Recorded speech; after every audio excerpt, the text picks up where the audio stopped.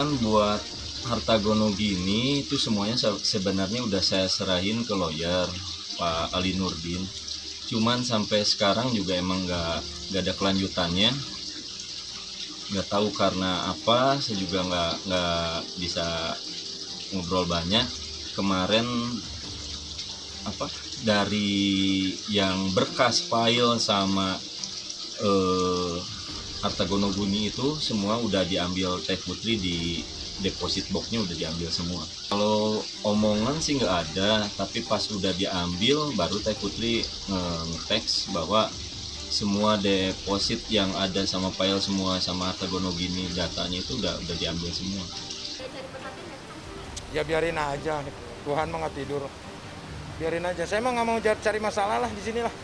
Ya, jadi kalau misalkan dia mau diperhatikan, ya itu kan urusannya udah bukan urusan saya dong. Tanyanya harusnya kalian ke Putri, ya dong. Kalau ke saya salah dong nanyanya. Jadi udah nggak ada urusan kalau saya gitu. Terkecuali kalau misalkan anak saya ada yang nyolek, baru itu urusan saya gitu.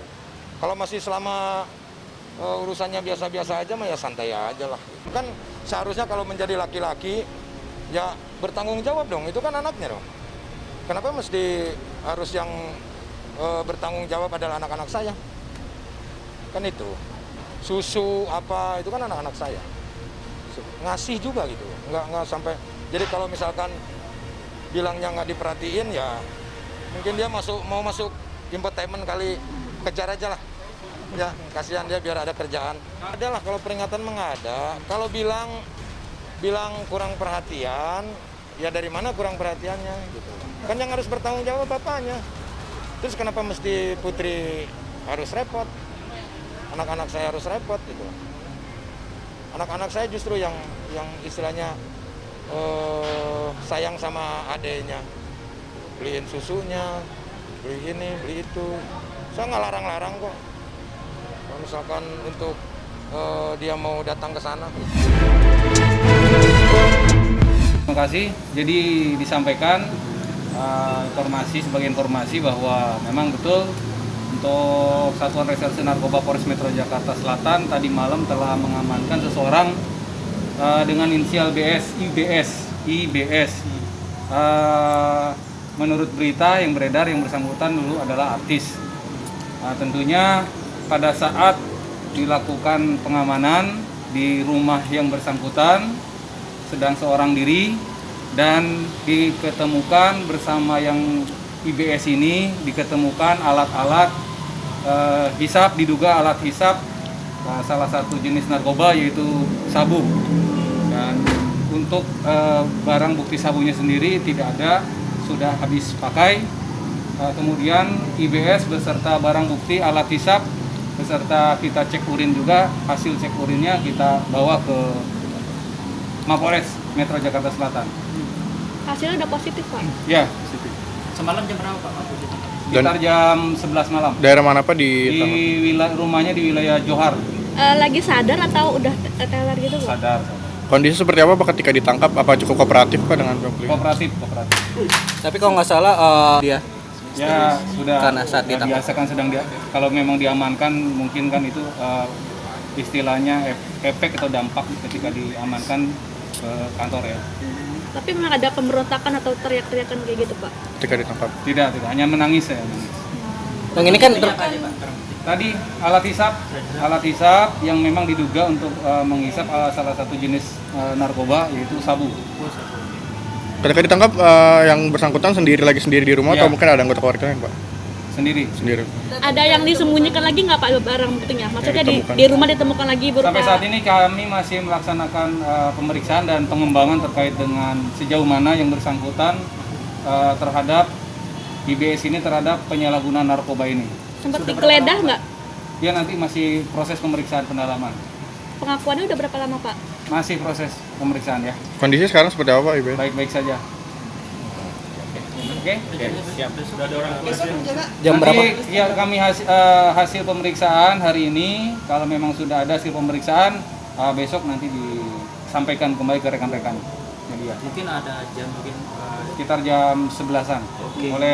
Oleh pimpinan langsung oleh Kapolres. Kemungkinan Keluarga sendiri keluarga kan? sendiri sudah dikabarin seperti apa?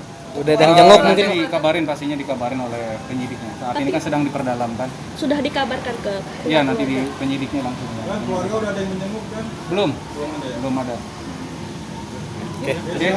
Oke, siap.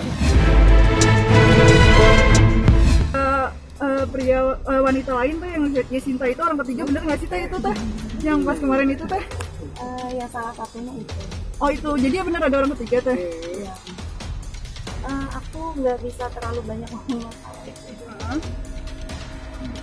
Yang jelas penyebab perceraian banyak hal aja.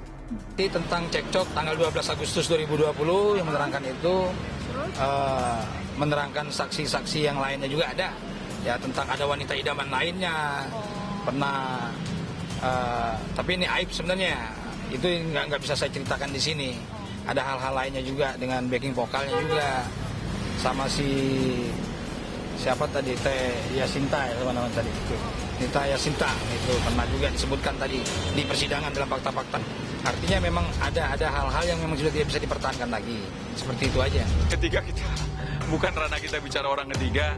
Ya saat ini orang ketiganya ya kita doakan aja yang terbaik lah ya. Pokoknya kita tidak paham, tidak mengerti.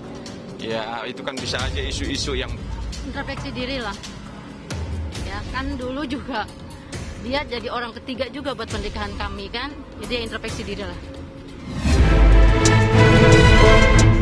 Rekan-rekan kita hari ini baru selesai diperiksa, ya memenuhi undangan Polres Jakarta Pusat, menindaklanjuti laporan kita ya terhadap Seni Amelia hampir 1 bulan yang lalu di Polda Metro.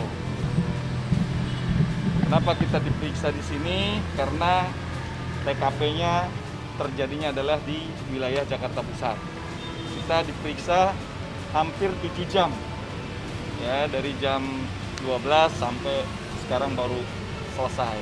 Jadi apa yang kami lakukan adalah mewakili hak dan kepentingan hukum Ibu Atin selaku istri pertamanya Pak Rudi dan Mas Dendi selaku anak pertamanya, yang notabene menindaklanjuti apa yang disampaikan oleh Seni Amelia itu adalah perbuatan melawan hukum yang diduga bertentangan dengan Undang-Undang ITE pasal 27 ayat 3, Jungto pasal 45 ayat 3, Jungto 310, 311 KUHP.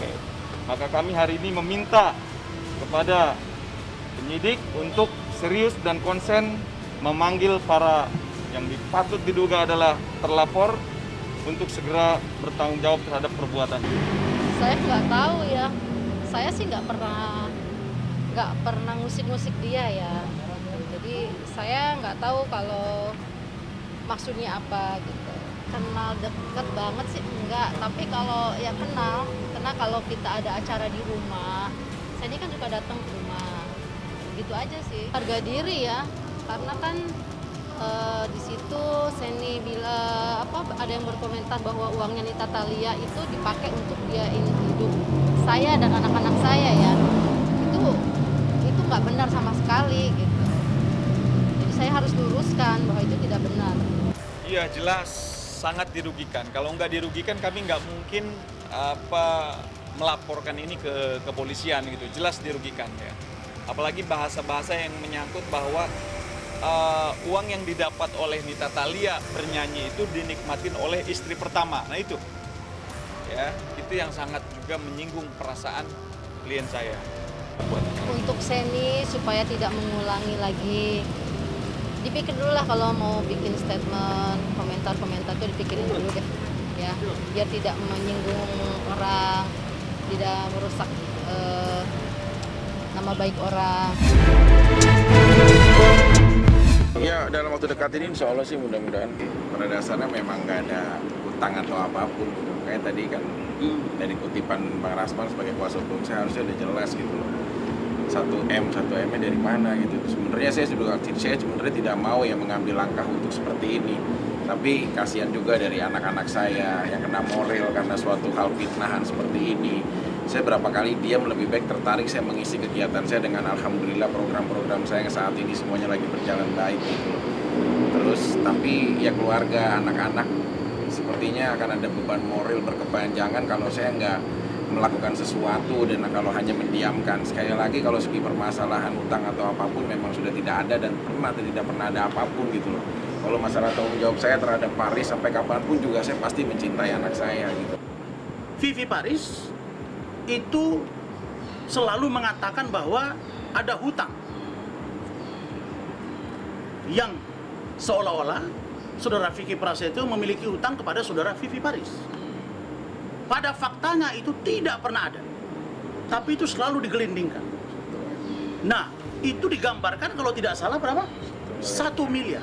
Sekarang kami buktikan Anda, Vivi, kami tantang Anda, buktikan mana yang 1 miliar itu.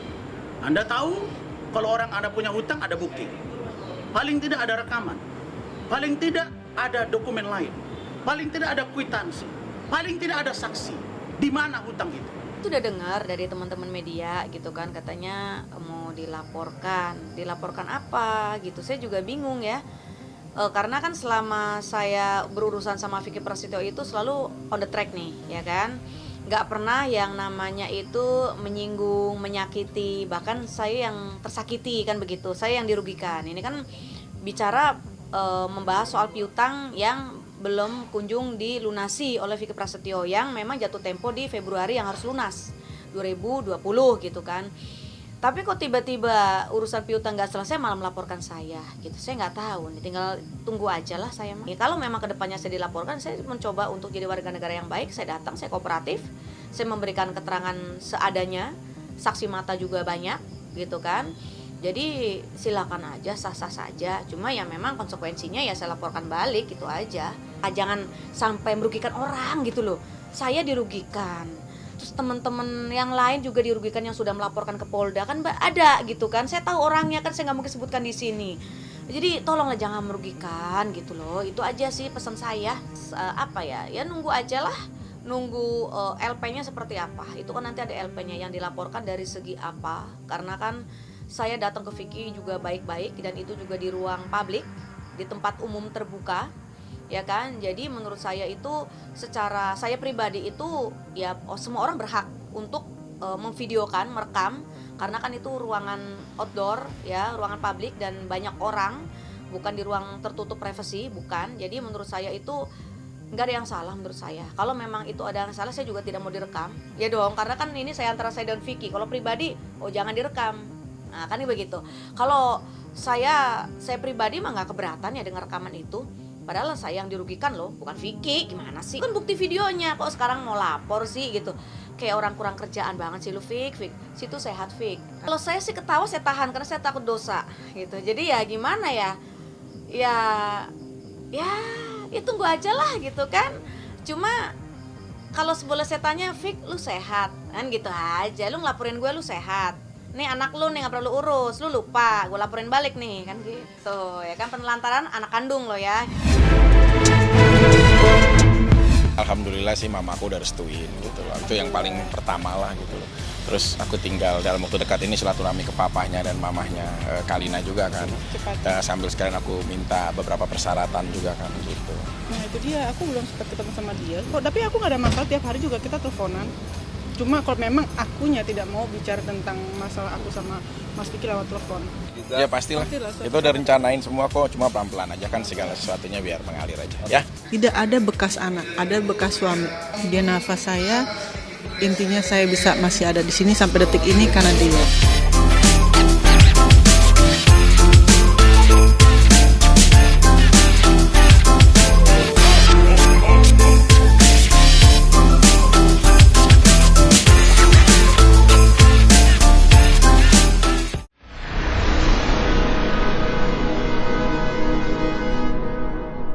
Jadi jangan lupa untuk subscribe Cumi Cumi. Ditekan ya tombol lonceng merahnya.